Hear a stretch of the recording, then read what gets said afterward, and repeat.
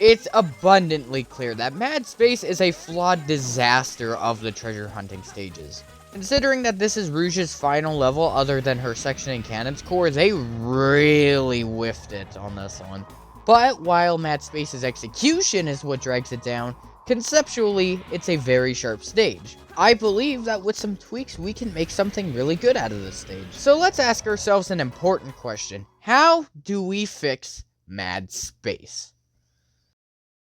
The first thing we have to do in order to fix Mad Space is identify what's wrong with it. I could make a joke here and say pretty much everything, but I would much rather go in depth about it. The biggest issue for Mad Space is definitely its traversing, and it's not exclusive to a specific method, it's just getting around period is a problem in this stage. The rockets are just too linear and formulaic. I have to constantly go to the Holy Planet to get further up into the stage. There's no other way. Having to use the same routes over and over gets annoying after a while, considering this is a stage that's supposed to be open and free. Under normal play, the flying is fine. But if you're on the capsule or the spherical planet, oh good luck. It's handled really poorly there, and it's basically weaponized against you. Like flying, running is fine under normal play. But again, with the involvement of the spherical planet or the capsule planet, you're going to run into issues. See, with the capsule planet, you're going to get sucked into its gravity for about the top half, but once you reach a certain point towards the bottom, it eventually lets you go. So half of it has its own pull and the other half does not? Spherical planet's not so nice. You're gonna need a rocket to get out of that. Yeah, excellent design. This stage design is all around restrictive, and it's always forcing you to go on at least one planet in order to reach the top. Sometimes more if you don't know where to go from the very onset. Its size is not really an issue. Meteor Herd has an entire ground section in it, making it immensely larger than Mad Space, but because there's so many ways to get around, it's a much better stage. Mad Space basically shackles you to its ways and its ways only. There's no creativity in getting around, and that's unfortunately its biggest flaw. But it doesn't help that to get around, you have to use very frustrating mechanics to begin with. What's great about the Space Colony Arc levels is that they usually feature advanced technology that the player will have to take advantage of so they can progress through each of their levels. Final Chase had the gravity cylinders, which while I have my reservations about, it's still a cool concept nonetheless. Cosmic Wall had much less gravity, so we were able to jump significantly higher than ever before. Crazy Gadget took that beloved gravity and gave us total control over it by the flick of a lever. Is the whole point of Mad Space to show us, as the players, that the people of the Space Colony Arc were more than capable of making their own artificial planets with its own gravitational pull? Because I kind of find it pointless.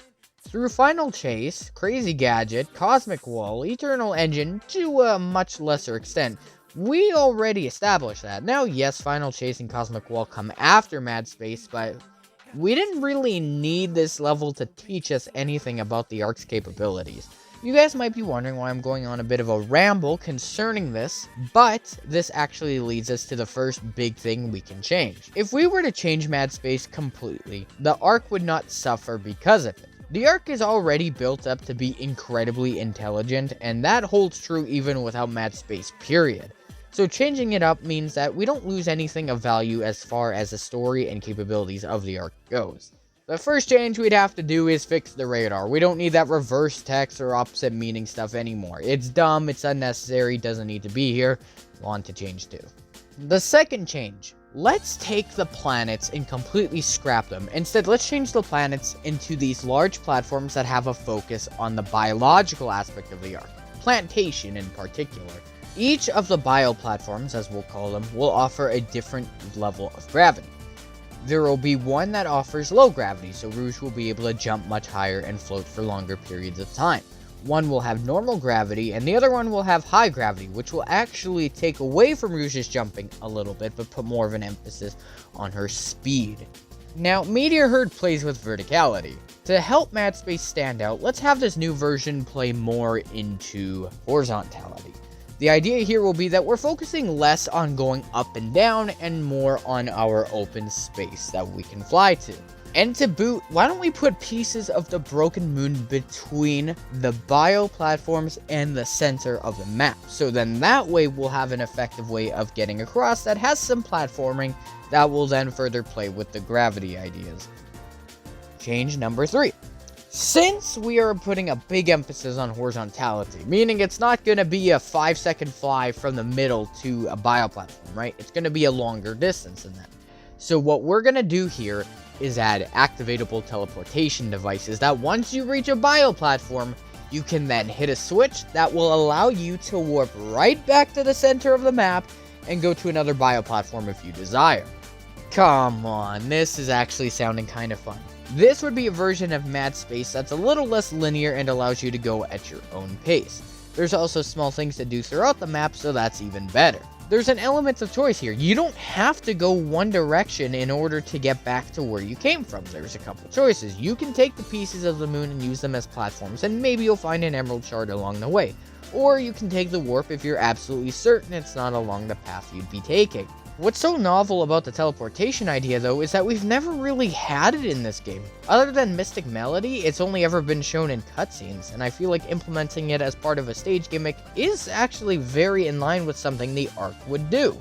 The level would kind of look like this: the white dot marking the spawn, the green squares marking the bioplatforms, and the blue-purple squares marking some of the buildings you would come across while you are playing. It's a very simple design at its core, but it works well. Would you have to change the name of the stage? Maybe not, maybe so. It doesn't matter, really. I couldn't think of anything myself, but that to me, everybody, is what a better version of Mad Space would look like. Something that gives freedom, still caters to what the Ark is about, and ultimately would present for a much more entertaining and less frustrating time that we have currently. Thank you for listening to my thoughts. I hope you guys have a wonderful day. Thank you for taking your time to watching, and I'll see you in the next one. Goodbye.